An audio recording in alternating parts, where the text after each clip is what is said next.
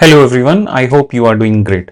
This is the first session of the series Understanding Architecture, and in today's series we will talk about architectural dimensions. So on the screen you see a blueprint of a building. What it tells, for example, it tells where is the master bedroom, where is the wall cabinet, where is the laundry, right, where is the kitchen. So it tells us different sections which are present inside this building.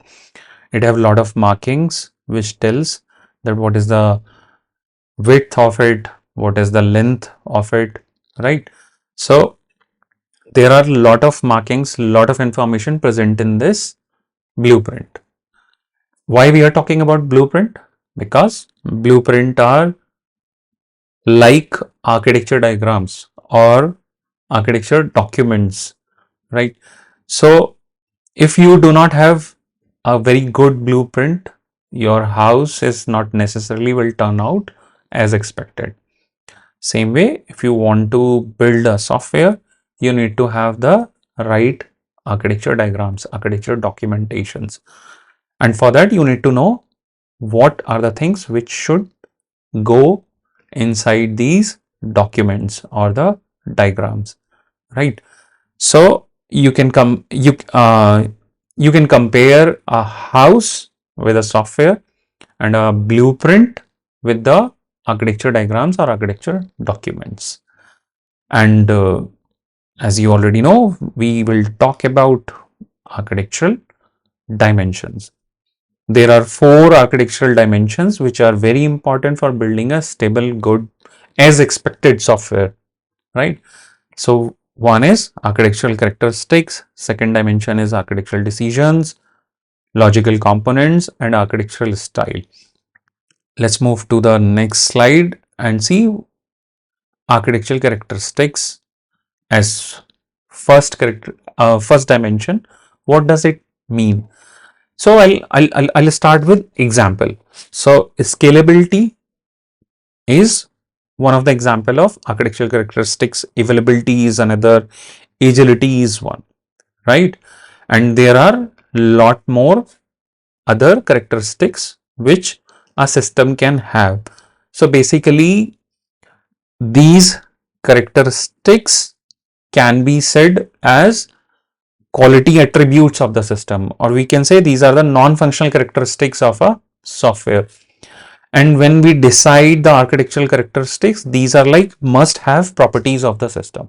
So for example, if we decide scalability as one of the important characteristic of my architecture, then it is like a must have stuff. And whatever work we do to build this software, we need to ensure that our architectural characteristics are met. If I talk about scalability, it's the system's ability to handle increased workloads or user demands without compromising performance or reliability, right? So when load increases, my system should scale up, okay?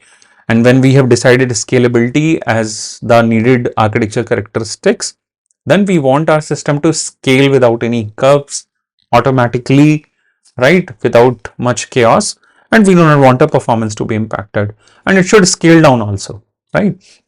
When we don't have that much load, it should scale down, right? So must have properties of a software can be said as architectural characteristics. Next architectural dimension is architectural decisions. So what are architectural decisions? Any decision you make when you are building your software. So any decision which impacts how the system is built and maintained. So any decision you take. For example, you took a decision to use NoSQL databases, right? Then it is going to impact how you access the data, how you store the data, right? For example, if you decided that how your services will access each other's data. So this is like bringing in constraints in place, and these constraints you can say are the guidelines for the development team. If you have decided that which database to use, how services will access the data, or if you have taken a decision that your services will use JWT for the tokens, or any decision which you make, right? You can have many decisions in place, but important thing is once you have taken those decisions, your development teams need to follow those constraints. So you can say these are like the foundational guidelines, and because of these guidelines, it is defined that how your system is going to grow, right? What will be the structure of your software and what direction it will take in future.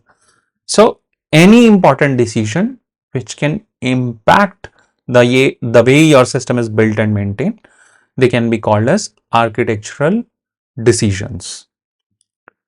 Third characteristic, or third not characteristics, but third architectural dimension is logical components.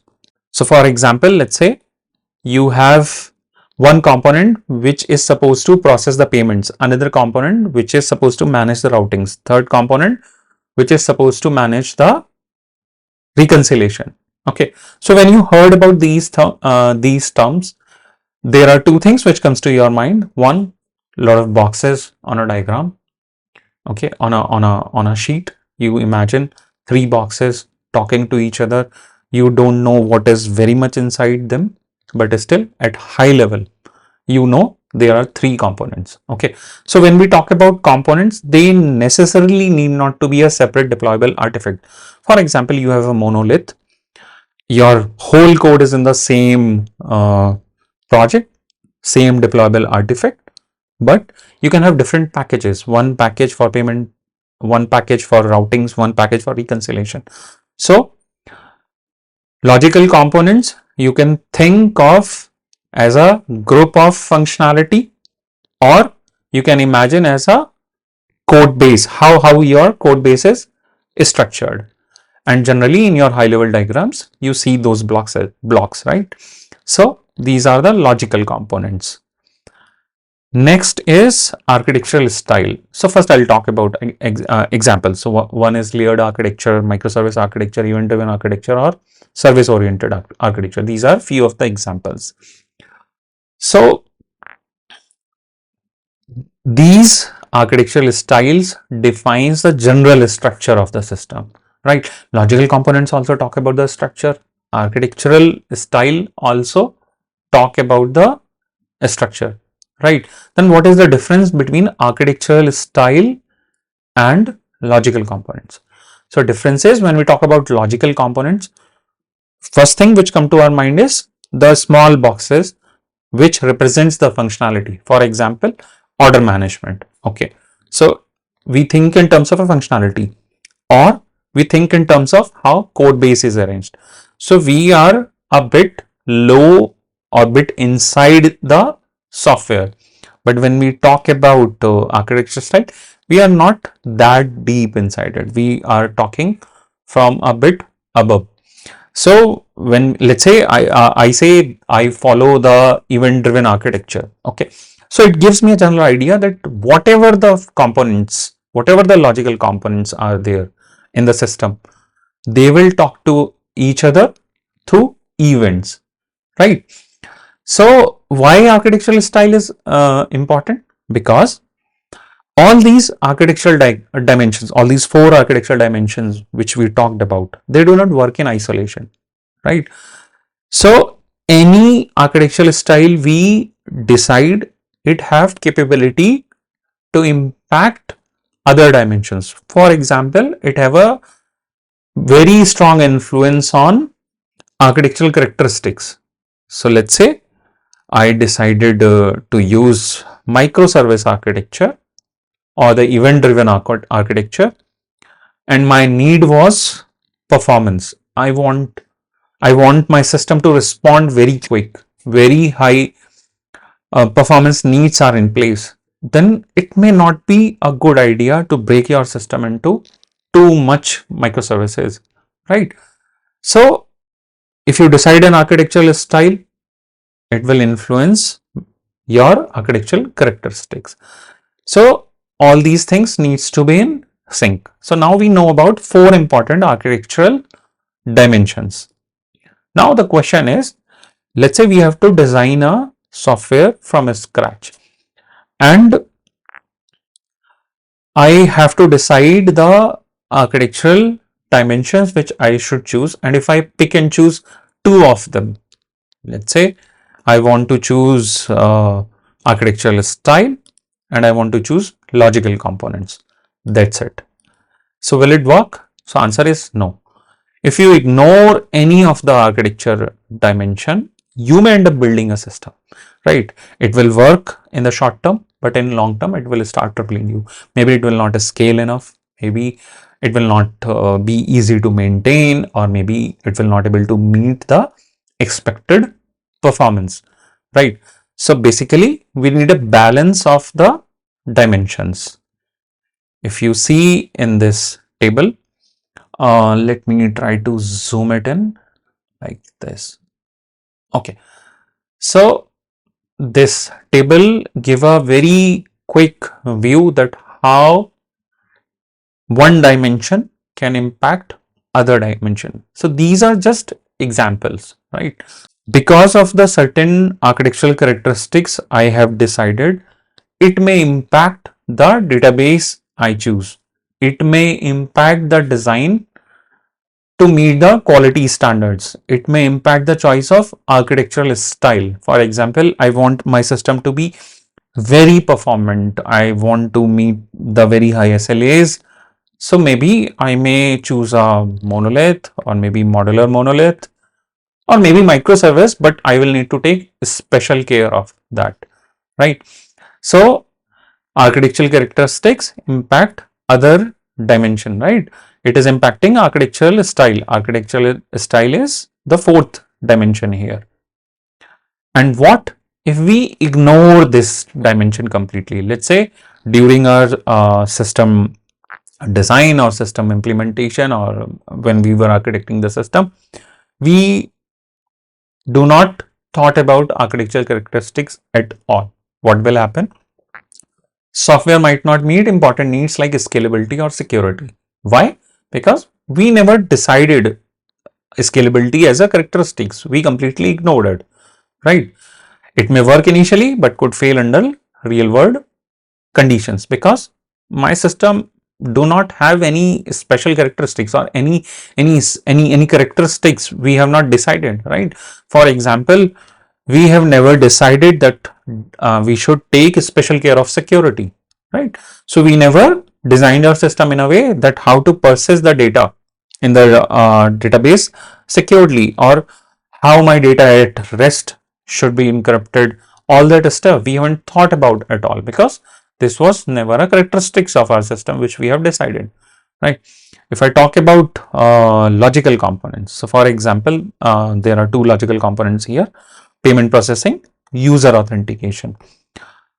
How these impacts other dimension? So for example, for these 2 components, it impacts system performance and other key characteristics. So if I create 75 services, let's say 20 components, then of course my performance is going to impact, right? So it impacts the choice of technology, right? And architectural decisions, right? When we are deciding the technology, it is impacting the architectural decisions. So we may need to choose our technology, right? So let's say if I have so many components, then I need to take a decision that how I want them to communicate with each other through Kafka or maybe ActiveMQ, right? So how our logical components are designed, it may impact other dimensions. For example, we haven't thought about logical components at all. Then what will happen? So what will happen? We will start implementing. We don't know which code to place where. We don't know the number of microservices or the number of components in place. And what will happen? System might become confusing and very hard to manage. We may end up thinking that, okay, should we rewrite the system? Okay. So again, that's a costly stuff. So this table just shows that why all the 4 dimensions are very important. Today we have used the design and architecture word a lot of times. In the next session, we will talk about these 2 terms. We will try to understand whether these two are the same thing or different, and we will take certain examples also. We will try to determine a mechanism that if we need to decide whether a certain item is lying in the design category or architecture category. Till then, happy learning and have fun.